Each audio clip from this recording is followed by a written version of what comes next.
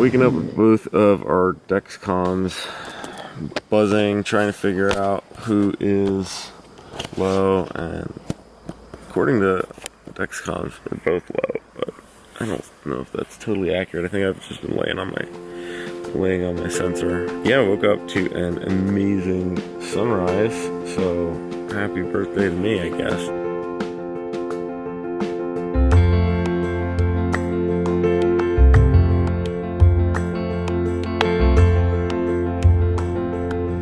This is Ryan. He's my climbing partner, and like me, he lives with diabetes. The big town of Cedar Mountain. He's also pretty excited about climbing. And I've always heard, like, yeah, you just stay clipped into both pieces, and right as you slam one home, the other falls out, and that's basically what happened. Like, oh god!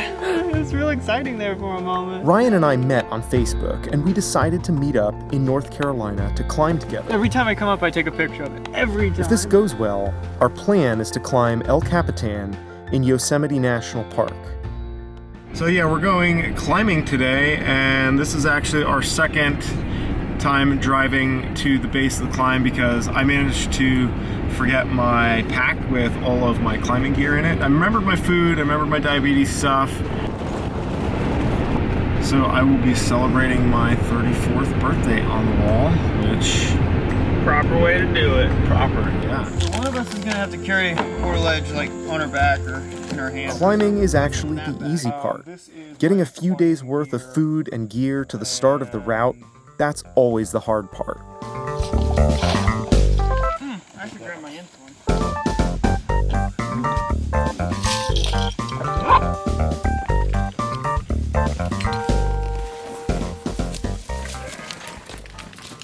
It's hot and humid, even in September.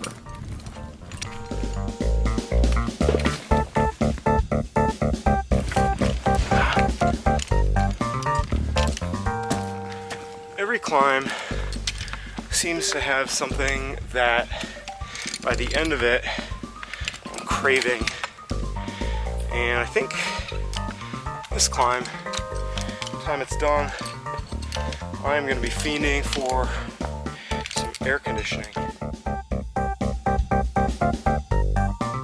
We try not to hike fast, keep perspiration to a minimum, but by the time we reach the base of the climb, we're all too happy to strip down and just dry off a bit. I'm holding the rope. I wouldn't call it on belay, just... Oh yeah, you kind of serve no purpose at the moment. Make me look cool on camera, and that's about it. Filming and climbing don't often work well together, but I'm shooting what I can and trying to keep the ropes from running across a massive poison ivy thicket that, like me, is ascending the wall at a very slow rate. Okay, well, now I am going up there. Within 2 minutes of starting to climb, of course I swing directly into the poison ivy. Okay, we are making progress, very slowly indeed, beating up my knuckles, learning the hard way, but still having more fun than not. Keeping it fun means frequently checking in with my blood sugar, especially up high. Well, blood sugar check, that is right about where I want to be right now, not too high, not too low. Halfway up the second pitch, though, we ran into an unexpected obstacle.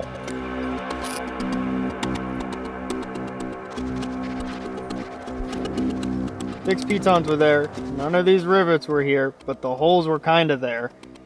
So they broke off once upon a time. I tried hooking them, and then we really blew out the holes when I blew the hooks. So, route needs some work. We couldn't go any further up, so we just set up the ledge and took some rest, sharing stories and just enjoying a higher perspective on life. To jug back up, I had to like stack a bunch of rocks, like put the ascenders on like way over my head to start jugging up. And that was the one that I thought was A2 or 510, and I was like, oh, this will be a breeze. No, it's A2 and 510. And we have fire.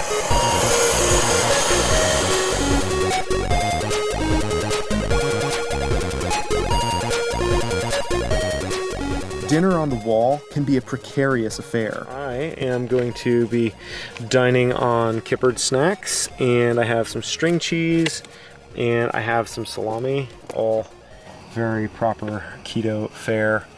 And what do you have for dinner this evening, Ryan? Not keto fare. I have a mountain house because I'm a high-class dirtbag. So. Oh, we can still be friends. After drinking my evening calories, coconut oil with herbal tea, we're getting comfortable for the evening. And of course, we talk about managing fear, too. It's a big part of climbing, and also a big part of living with diabetes. Right now it's reading at 104, but like 2 minutes ago it was reading at 85 with an arrow straight down. Hopefully that's all the excitement for tonight. But first, insulin. It burns like anything if you get in your muscle, like when you're doing a shot in your stomach. So I always do Lantus in the ass. Doesn't hurt. It's the fattiest part on me. Yeah, I just keep a Cliff Bar in my pocket in case I get low. That's my go-to strategy because normally I don't do that at the house. I just walk to the kitchen, but this is a bit of a yard sale going on.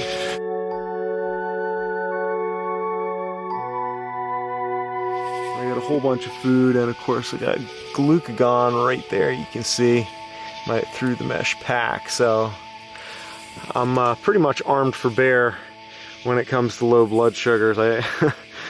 I like to be prepared. Have you ever had to use the glucagon? And actually, I've used 2 of them at one time, and I just like barfed everywhere. So it was really unpleasant.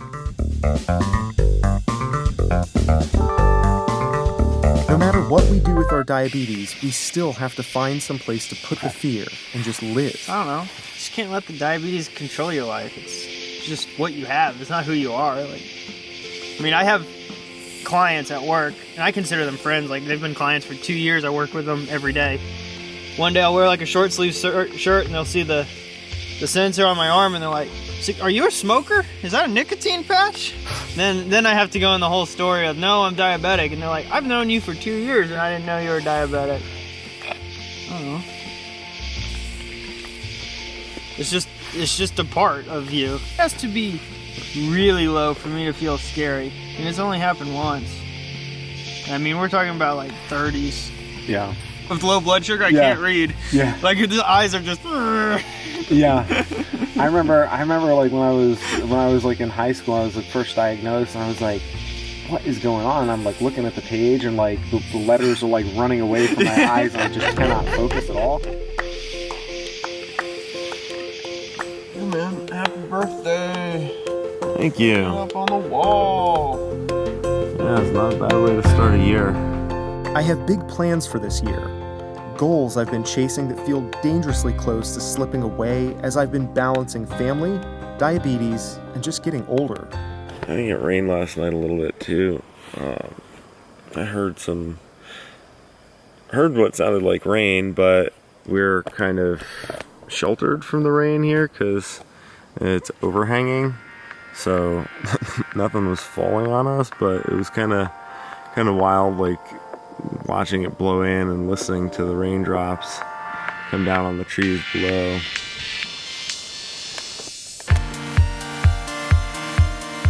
I think Ryan is right. Diabetes is just one thing in my life. It's not who I am. But it's one thing that touches every part of me and impacts who I'll become. My goal is to meet that challenge head on. Diabetes brought me here because I want to tell a different story.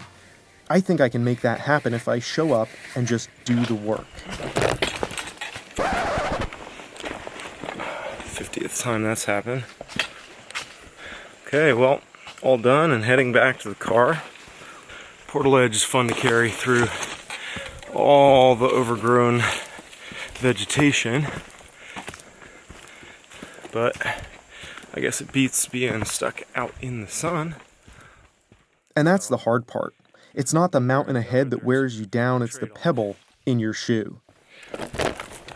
What's that? After climbing with Ryan, I realized that I've got my work cut out for me. Ryan and I part ways, and if I can get my act together by the spring, we'll tackle the most iconic 3,000-foot rock face in North America. And we'll even bring our diabetes along for the ride.